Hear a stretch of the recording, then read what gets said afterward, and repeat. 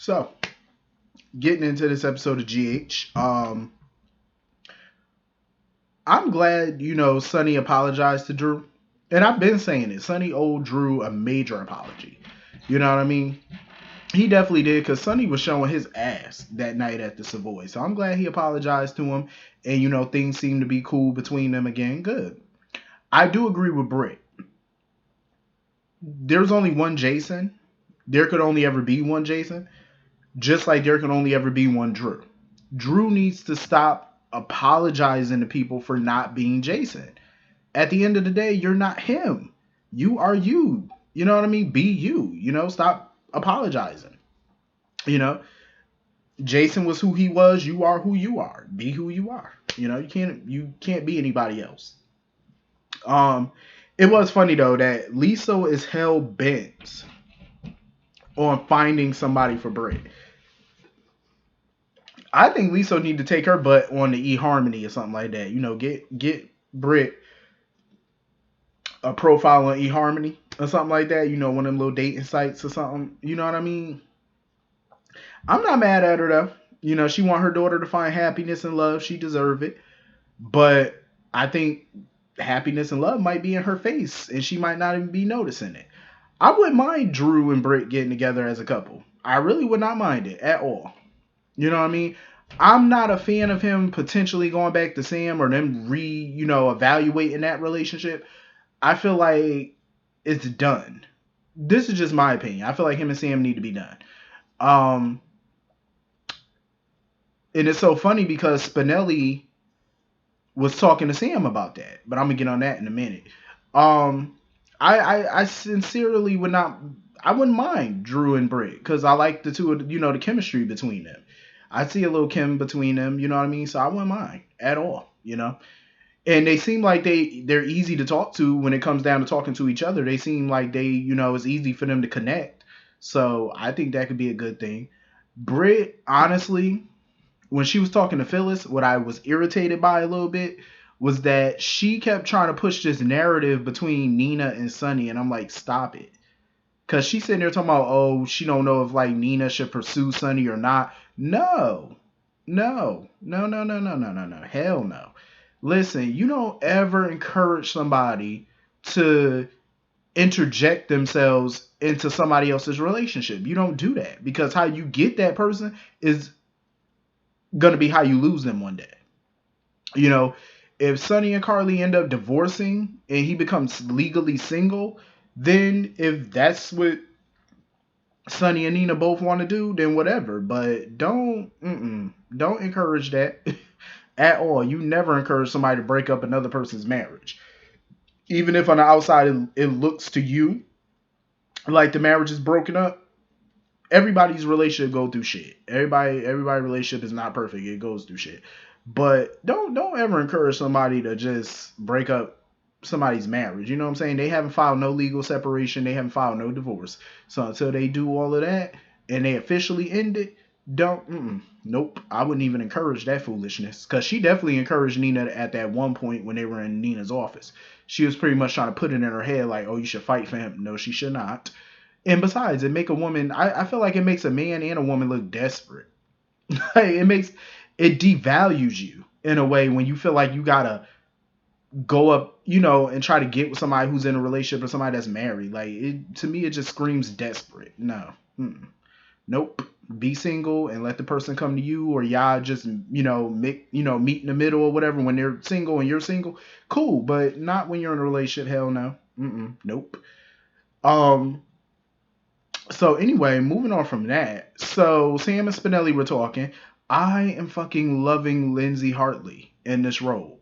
You know what I'm saying? Do I want to see her as a permanent Sam? No. I like her as Sam, but I would much prefer if she just comes in as somebody brand spanking new. Clean cut, clean slate. Lindsay Hartley has the chops, and that woman has not aged a day since Passions. She is not aged. Like, that woman is gorgeous. Like, from head to toe. She's just beautiful. Beautiful as hell. Look like a little Barbie dolls. Like, she's beautiful as shit. But I would love to see her come back, come on the show as a whole different person though. But her and Spinelli was having a deep conversation about her love life. and he was questioning her, where she's staying with Dante and stuff. And she was like, she loved being with Dante. She loves it. But she can't help but think about Drew, now that he's back in the mix. You know what I mean? About what could have been. You know what I mean? Because Spinelli pretty much brought up a theory that he feels like she broke up with Jason because of his dangerous lifestyle. But look at Dante's lifestyle. He's a cop, which is a noble profession. He saves lives, but it also is a risky career choice. It's risky. And he feels like maybe Sam wants to be with somebody who's more safer. I'm saying more stable, basically like Drew. But I feel like that's a no because, for one, yes, Dante's career is dangerous, but so is Sam's. She's a private investigator. That's a dangerous career too. You think people want a PI snooping around in their private business? No, that job could get dangerous. And at the same time, it don't matter if you're a lawyer, it don't matter if you're a doctor, it don't matter if you're a legitimate businessman or woman. It don't make a difference. At the end of the day, danger is all around you. It don't matter what profession you're in. You know what I'm saying? So her even contemplating going to Drew is ridiculous. And honestly, if things don't work out between her and Dante, she need to go to somebody else because I don't want to see her with Drew. Been there, done that. Drew needs somebody new. That's just my opinion. But it's good to see Spinelli though, as usual. I wish he was on more, but it's good to see him though. So moving on from that, I'm glad Austin finally put 2 plus 2 together and got 4. I am so glad he knows about this, and he's sitting there talking about, oh, he a little hurt that Maxie didn't confide in him about this. I'm like, sir, you ain't got no reason to be hurt because, for one, why are you hurt? She ain't even tell the people closest to her. She ain't tell her mama. She ain't tell her daddy. They the ones that need to be hurt. Like, these are people that raised her. You know what I'm saying? She ain't even tell them. So trust me, when it comes to being hurt, you're the last on the totem pole when it comes to that. Um, you know what I mean? Like, these are people she definitely should have told. I understand why she didn't want to tell too many people because she was afraid that Peter was gonna find out. But little does she know he already found out. Thanks to a old jackass, but he already found out. Um, I like her with Austin though. I really do. And Austin pretty much put it out there that he like her, he care about her, he care about her daughter. So I want to see what's gonna go down between her and Austin once this whole Louise thing is fully out. What the future may hold for the two of them. I wouldn't mind the two of them being a couple. And like I said, at some point I wouldn't mind him being with Britt either, because I like the chemistry between him and Britt. But you know what? I would be okay with Austin and Britt just being friends. I would be cool with that if him and Maxie got together. But like I said before, though, I feel like Maxie need to be on a man cleanse. Like she goes from relationship to relationship, and I'm just like, no, she need to take a break. She need to focus on her career, her children. Not necessarily in that order, but that's what she need to be focused on. Herself, her career, her children. That's it. You know what I mean? But if they gonna put her with somebody, I'm not mad at her in Austin. Um, Definitely not. And I'm not even surprised Austin basically told her he would keep her secret. Because of course he would. He ain't the devil. He ain't like Victor. He not going to sit there and, throw a child under the bus for their own sick gain. Victor disgusts me. He really does. And Felicia was tripping too. Felicia was sitting there telling Matt, oh, I want to be there for when you transport Peter to Penville. Ma'am, you don't want to be there. You don't want to be there. And Mac told her, he said, absolutely not. He said, there's no need for you to be there. You're not going to be there. For one, this is police business. You are not a cop. So no, you're not going to be there. And I agree, because we all know with that prison transport, something was bound to go down, thanks to Victor. And Peter was his usual ass of a self. Sitting there taunting Dante and stuff like that, bringing up Sam and Drew and all this, like doing whatever he could to taunt Dante. Because that's what Peter does. He taunts. That's what he's good at. He's good at, playing on people's emotions and stuff, trying to get under their skin, trying to play head games with them. And, Dante was playing a little head game right back with him. He was like, I can't wait for you to go to Pentonville. He said, because you're going to be sitting your ass up in that prison, old and gray, just rotting away while everybody else live their life and forget all about you. But, of course, Peter was confident. He was I ain't even going to say confident. He was cocky. Overly cocky, because he knew he wasn't going to see the inside of Pentonville. Not at the moment. He knew that wasn't going to happen. He was even, taunting Felicia and Anna when he saw them. And he had this little big devilish grin on his face. Um, Anna right now, she just focused on finding Valentine because she has not heard from that man since that message. I'm like, Anna, look no further than Victor. You gotta look at Victor. That's a no-brainer right there. Um, so of course, they do the whole prison transport, and of course the van gets stopped. It got sabotaged, and there was an accident thanks to Victor. And Laura knew something. Laura knew something was gonna happen. Laura knew because as soon as she saw Victor and she was talking to him, she had a feeling he was gonna intervene in this. She had a feeling that he was gonna help Peter because Victor is so stupid. Like for a smart man, he dumb.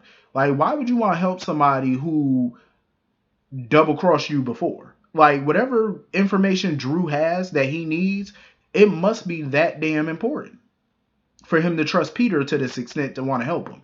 It has to be very important for Victor to help him.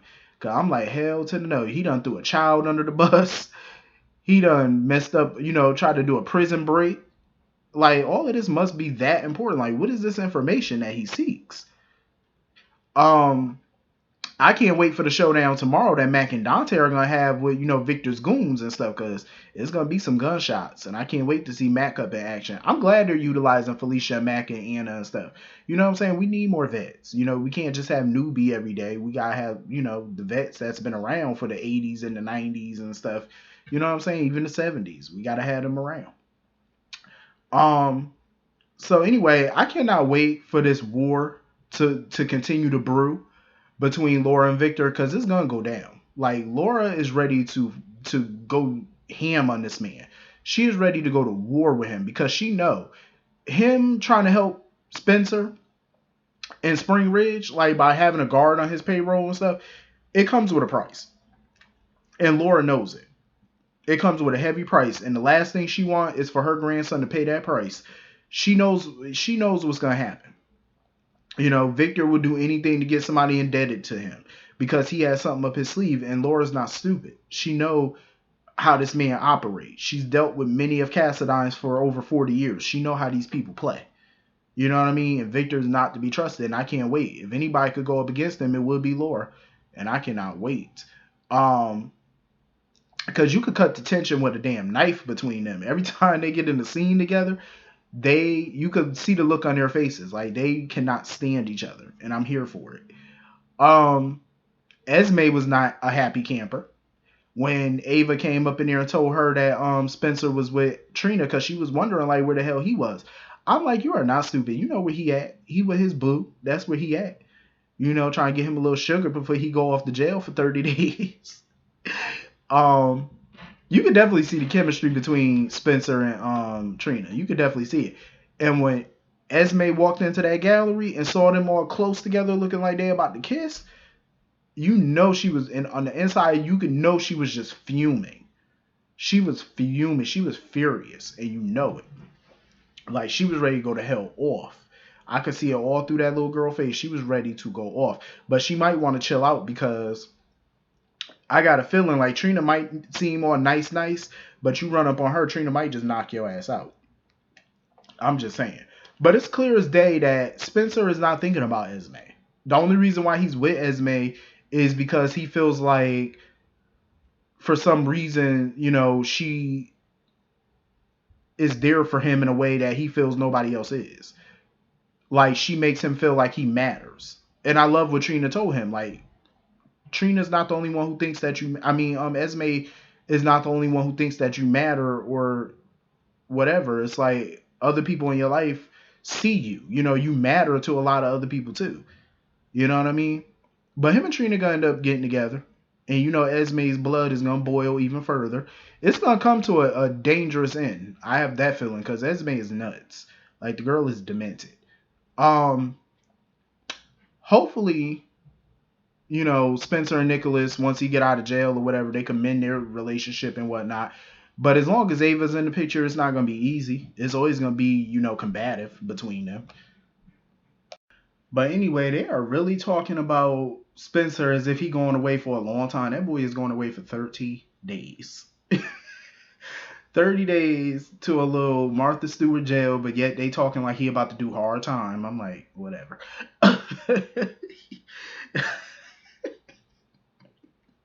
You more than likely gonna see him up in the rec room every day.